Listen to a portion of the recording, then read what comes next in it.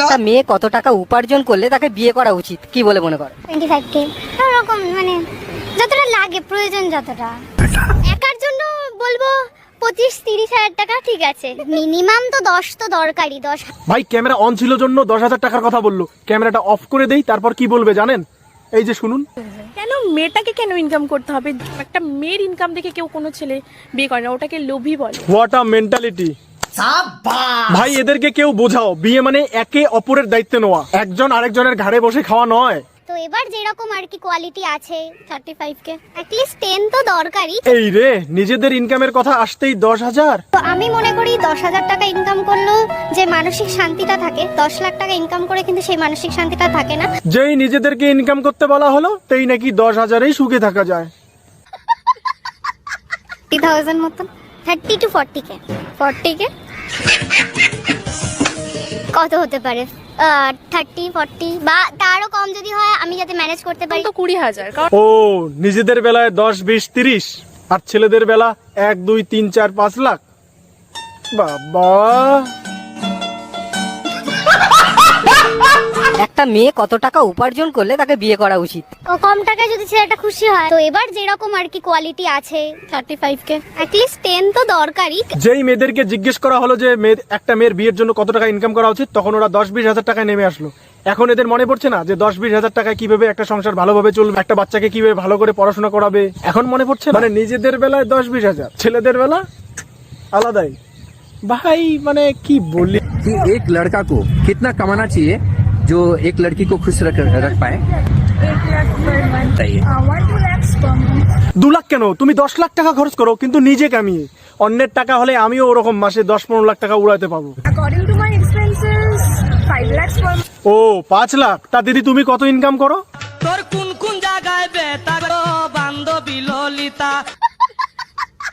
এদেরকে দেখে আমার কিছু মেয়ের কথা মনে পড়ছে, যারা কোনো জব করে না, মানে কোনো রকম ইনকাম করে না, তারপরেও কিছুদিন পর পর দামি দামি রেস্টুরেন্টে যায়, এখানে ওখানে ঘুরতে যায়।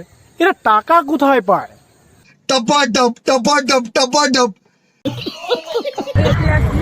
না মানে কোথায় লেখা আছে যে বিয়ের পর সমস্ত খরচ শুধু ছেলেকেই দিতে হবে? এরাই আবার চিল্লায় জেন্ডার ইকুয়ালিটি নিয়ে। নিজেদের কিন্তু 5 টাকা ইনকাম করার কোনো যোগ্যতা নেই, ঠিক আছে? আবার এরাই স্বপ্ন দেখে বা এরাই মনে মনে আশা করি একটা অনেক ইনকাম করার রিচ ছেলে এসে তার সারা জীবনের দায়িত্ব নিবে। এই টাকা লোভী মেয়েদের কোনো ছেলে বা একটা মানুষের দরকার হয় না, এদের দরকার হয় একটা এটিএম যে সারা জীবন তার খরচটা বহন করবে, বুঝতে পারলে?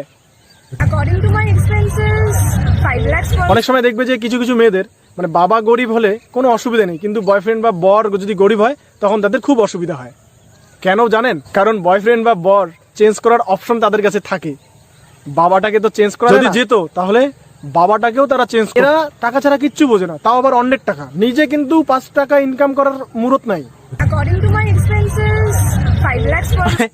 একটা হাস্যকর কথা, মানে মেয়েদের যখন বিয়ের কথা বলবে তখন ওরা খুব জ্ঞান দেয় যে এখনকার দিনে জিনিসপত্রের যা দাম, টাকা পয়সা ছাড়া কি আর সংসার চলে, টাকা পয়সা ছাড়া কি আর ভালোবাসা টেকে। এরা সবকিছু জানে, তারপরেও নিজে ইনকাম করে না। মানে কি বলবে ভাই, বলেন কি? মেয়েদেরকে আমি একটা কথাই বলবো, দেখো কোনো ছেলেই না বসে খেতে চায় না। প্রত্যেকটা ছেলের সাকসেস হতে একটু সময় লাগে, সেই সময়টুকু পর্যন্ত তোমার তার পাশে থাকতে হবে। এইটুকু যদি করতে না পারো তাহলে বুঝে নিও যে তুমি একজন প্রচন্ড স্বার্থপর মানুষ, স্বার্থ ছাড়া তোমার কিছুই ভাল লাগে না। শেষে একটা কথাই বলবো যে সমাজে ভালো মেয়েও আছে যারা শুধু তোমাকে ভালোবাসবে, তোমার সব রকম পরিস্থিতিতে তোমার সাথে থাকবে, কিন্তু ভাই এরকম মেয়ে খুঁজে পাওয়া সত্যি খুব কঠিন। আর দিন দিন এইরকম মেয়ের সংখ্যাও খুব কমে যাচ্ছে, কি আর করা যাবে। যাই হোক, আজকের ভিডিওটাকে এখানে শেষ করছি। ভিডিওর কোন অংশটা তোমাদের সব থেকে বেশি ভালো লেগেছে অবশ্যই কমেন্ট করে জানাও। আর যারা যারা ইউটিউব চ্যানেলটাতে নতুন অবশ্যই আমার চ্যানেলটাকে সাবস্ক্রাইব করে নাও। আর যারা যারা এই ফেসবুক পেজে ভিডিওটা দেখছো পেজটাকে অবশ্যই ফলো করে নাও। দেখাচ্ছি পরের ভিডিওতে। টাটা, বাবা।